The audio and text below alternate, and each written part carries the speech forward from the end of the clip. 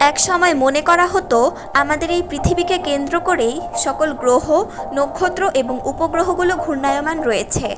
কিন্তু ধীরে ধীরে বিজ্ঞানের উন্নতি এবং যন্ত্রপাতির অত্যাধুনিকতার কারণে আজ সেই ধারণা ভুল বলে প্রমাণিত হয়েছে। আমাদের পৃথিবী এই সৌরজগতের একটি ক্ষুদ্র অংশ, সে কথা প্রমাণ করতে গিয়ে বিভিন্ন বিজ্ঞানী বিভিন্ন সময় নানা কোপানলের শিকার হয়েছেন। একটি উদাহরণ দিলেই বিষয়টি স্পষ্ট হয়ে যাবে। 1543 সালে কোপার্নিকাস তার একটি বইয়ে সূর্যকেন্দ্রিক সৌরজগতের ব্যাখ্যা দেন। তবে বইয়ের প্রকাশক ধর্মযাজকদের ভয়ে লিখেছিলেন যে এটি সত্যিকারের ব্যাখ্যা নয়, শুধু একটি গাণিতিক সমাধান মাত্র।